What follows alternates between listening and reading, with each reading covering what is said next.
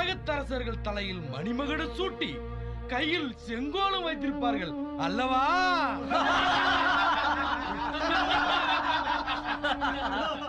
இவர் யூதர்களின் அரசர் அல்லவா?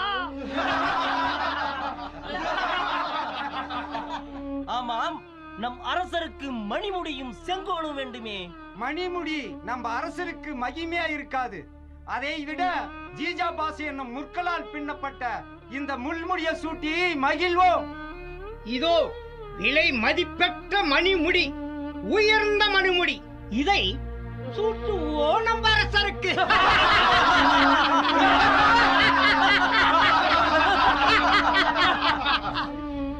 முடிசூட்டு விழா பிரமாதம், வெகு சிறப்பாய் நடந்து விட்டது. எந்த அரசருக்கும் எங்கு நடந்திராத மகுட விழா. இது மிக விலை உயர்ந்த பட்டாடை. இதை நம் அரசருக்கு அணிவிப்போம்.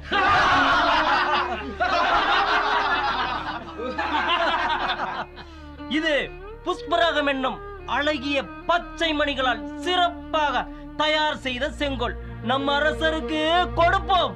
யூதர்களின் அரசன் இயேசு வாழ்க! அரசே, உன்னை அடித்தவன் தீர்க்க தரித்திடும் சொல். யூதர்களின் அரசன் இயேசு வாழ்க! வாழ்க! நீயா எங்கள் அரசன்? நம் அரசருக்கு பட்டாடை உடுத்தி மணிமகுடு சூட்டி கையில் செங்கோல் தந்து மகிழ்ந்தோம். இனி மகிமையுடன் சிலுவை ரதத்தில் ஏற்றி பவனி வர வேண்டும். ஆம், சிலுவை பவனி. சிலுவையை இவன் தோல் மீது ஏற்றி நகரோலா வர வேண்டும். இதுவே நம்ம அரசருக்கு மகிமை. கழுதை மேலே ஏறி கண்ணிம வந்தவராச்சே நம்ம அரசர். கவர்னரை வற்புறுத்துவோம். அரசருடைய மகிமை மண்ணில் மறைய வேண்டும். நேரம் நிற்காமல் ஓடிக்கொண்டிருக்கிறது. இன்று மாலை பாஸ்கு பெருவிழா. அதற்குள் அனைத்தும் முடித்தாக வேண்டும். விளையாட்டை நிறுத்துங்கள், புறப்படுங்கள் பிளாத்திடம்.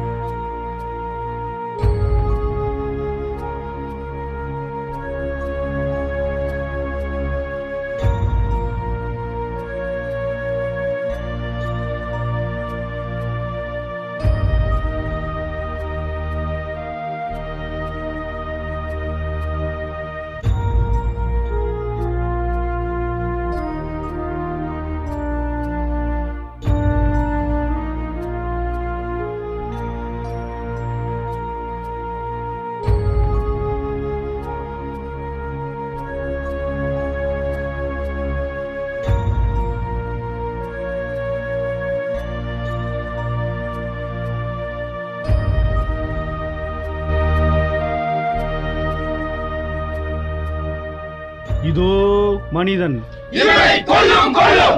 இந்த மனிதனை பாருங்கள். இப்படியும் கொடுமையா? நீங்களா இவனை ஒப்புக்கொண்டு சிலுவையில் அறையுங்கள். நானோ இவனிடம் குற்றம் ஒன்றும் காணவில்லை. எங்களுக்கு சட்டம் ஒன்று உண்டு. அச்சட்டத்தின்படி இவன் சாக வேண்டும். ஏனெனில் இவன் தன்னை கடவுளின் மகனாக்கிக் கொண்டான்.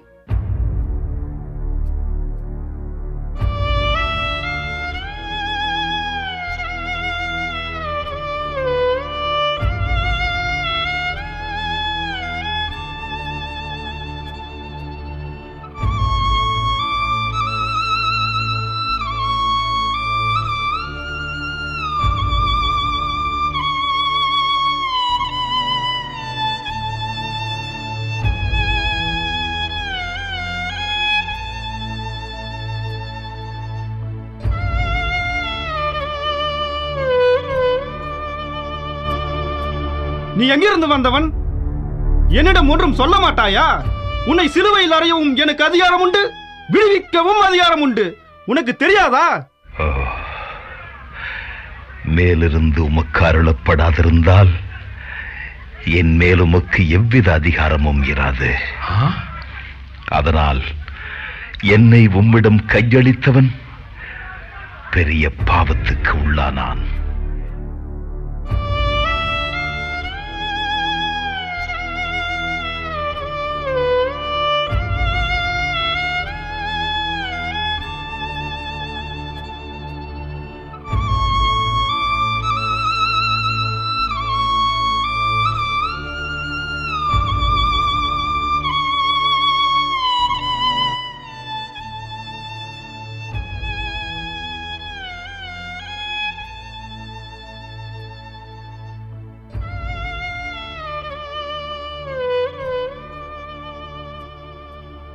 கேளுங்கள், முன் கூறியதையே நான் உங்களுக்கு திரும்ப கூற விரும்புகின்றேன். சாவுக்குரிய குற்றம் ஒன்றும் நான் இந்த மனிதரிடத்தில் காணவில்லை. இவன் மரண தண்டனைக்குரிய குற்றவாளியும் அல்லன். ஆகையால் நான் இவனை விட்டுவிட விரும்புகின்றேன். இவனை விடுவித்தால் நீ சீசரின் நண்பர் அல்லர். ஏனெனில் தன்னை அரசனாக்கிக் கொள்பவன் எவனும் சீசரின் விரோதியாவான். சிசரின் விரோதி, உமக்கும் விரோதி, எங்களுக்கும் விரோதி, இந்த நாட்டுக்கே விரோதி. அப்படிப்பட்டவன் அரச துரோகி. ராஜதுரோகி இயேசு ஒழிக ஒழிக ஒழிக. ராஜதுரோகி பிளாத் ஒழிக ஒழிக ஒழிக. இவனை சிலுவையில் அறையும். இவனை சிலுவையில் அறையும். உங்கள் அரசனை நான் சிலுவையில் அறைவதா? சீசரை தவிர வேறு அரசர் எங்களுக்கு கிடையாது.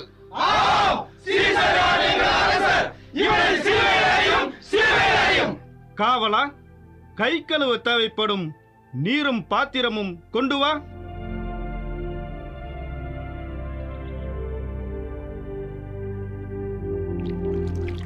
இந்த நீதிமானுடைய மாசற்ற இரத்தத்தின் மேல் நான் குற்றமற்றவராய் இருக்கின்றேன். இந்த பழி பாவம் எல்லாவற்றிற்கும் நீங்களே பொறுப்பு. இவன் இரத்தப்பழி எங்கள் மேலும் எங்கள் பிள்ளைகள் மேலும் இருக்கட்டும். எங்கள் மேலும் எங்கள் பிள்ளைகள் மேலும் இருக்கட்டும். இவனை சிலுவையில் சிலுவையில் அறையும்.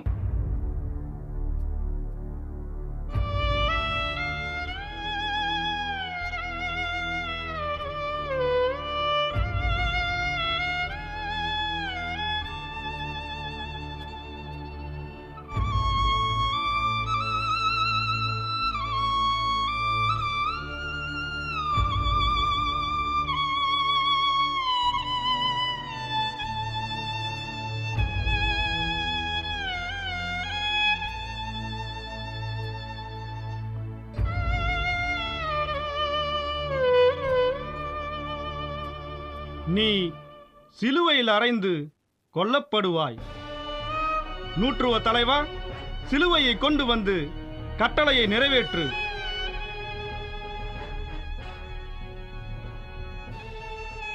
நான் செய்வதற்கு இன்னும் என்ன இருக்கிறது?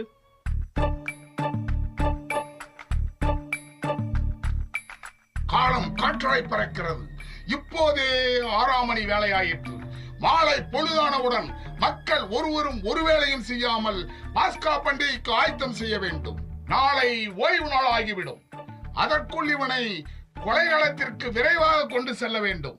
சபிக்கப்பட்ட இந்த வேலையை முடித்துவிட்டு நாம் பாஸ்கா பண்டிகைக்கு ஆயத்தம் செய்ய வேண்டும். ரோமை சட்டப்படி மரண தீர்ப்பு வழங்கப்பட்ட உடனே தண்டனையை நிறைவேற்றிவிட வேண்டும் என்பது தெரியுமா?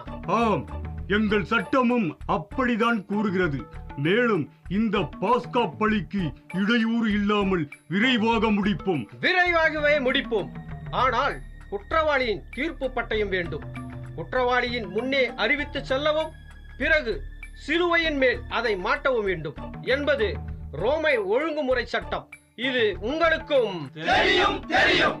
எங்கே தீர்ப்பு பட்டயம்? அதை ஒரு சேவகனிடம் கொடுத்து கூட்டத்திற்கு முன்னே அனுப்புங்கள். இந்த கள்ளனிடம் அந்த சிலுவையை கொடுங்கள். பொறுங்கள். இவன் வழக்கில் தீர்ப்பு பட்டயத்தை மாண்புமிகு ஆளுநர் அவர்கள்தான் குறித்து தருதல் வேண்டும். துணைத் தலைவா, மாண்புமிகு ஆளுநர் அவர்களிடம் தீர்ப்பு பட்டயத்தை குறித்து தரும்படி கேள்.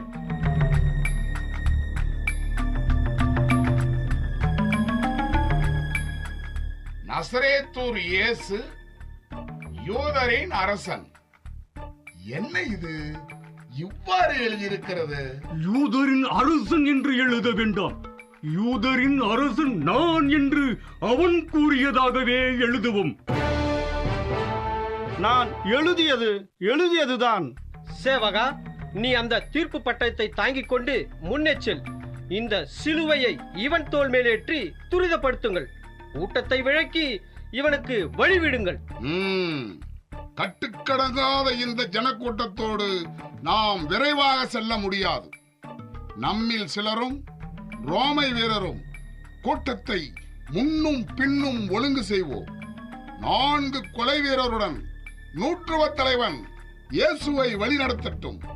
அப்போதுதான் கல்வாரியை விரைவில் அடைய முடியும். நகைப்புக்குரிய பைத்தியக்காரத்தனம் எல்லாம் இன்றோடு ஒழிந்தது. செல்லுங்கள் செல்லுங்கள்.